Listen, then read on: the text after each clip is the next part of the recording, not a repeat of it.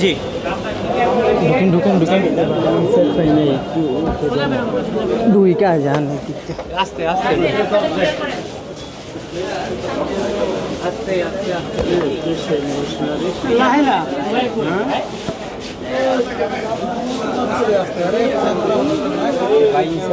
ভাই একটু পিছনে আসি ভাই, একটু পিছিয়ে আসি, তাহলে তুই একটু লং শটে দিলি করে ভালো না?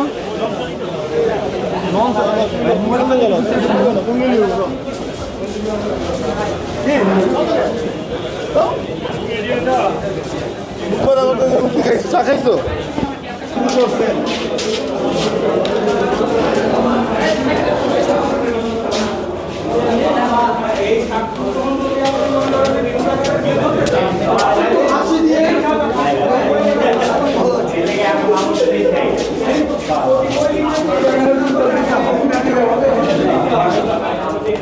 ভাইরাল হওয়ার জন্য, তা অন্যায়ভাবে লাভবান হওয়ার জন্য একের পর এক এই প্রিন্স মামুনের বিরুদ্ধে মিথ্যা মামলা দিয়ে যাচ্ছে এবং তাকে আদালতে এঙ্গেজ রেখে হ্যারেস করে তার মূল্যবান সময় নষ্ট করতেছে, যেটা কোনোভাবেই কাম্য নয়।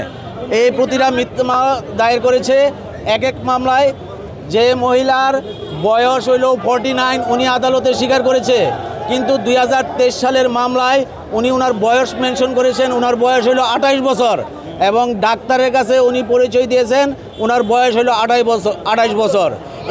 এই অনিয়মগুলি দেশের জনগণের জানা উচিত এবং উনি যে এই ছেলেটারে প্রিন্স মামু, একটা সেলিব্রিটিকে, একটা ইয়াং ছেলেকে, অল্প বয়সের ছেলেকে একজন বৃদ্ধ মহিলা এভাবে হ্যারেস করতেছে, তার স্বার্থ কোথায়, তার উদ্দেশ্যটা কি? তার উদ্দেশ্যটা ছিল হইল হীন। বসুন্ধরা টিস্যু, অশুদ্ধতার বিরুদ্ধে এক বিন্দুও ছাড় নয়।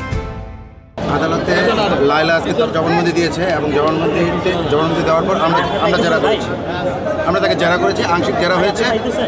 বিজ্ঞ আদালত সামনের ধার্য তারিখে আর যারা বাকি জেরা করার জন্য সময় দিয়েছেন। আমরা আগামী ধার্য তারিখে আমরা বাকি জেরা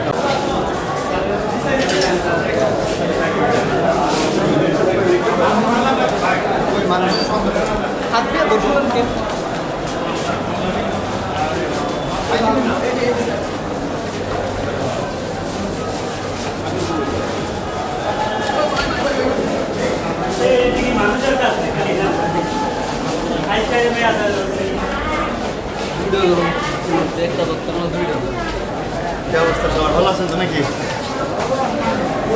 আস্তে আস্তে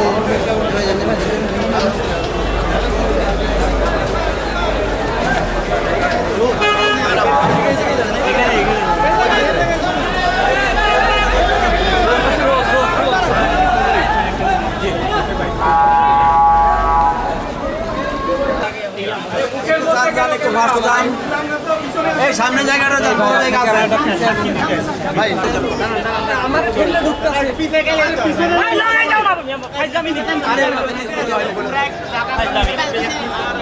এই ভাই এরকম দেখে দেখি ভাই সাংবাদিকদের জায়গা বানা আপনি এসে ফুটফুট করেন মিয়া।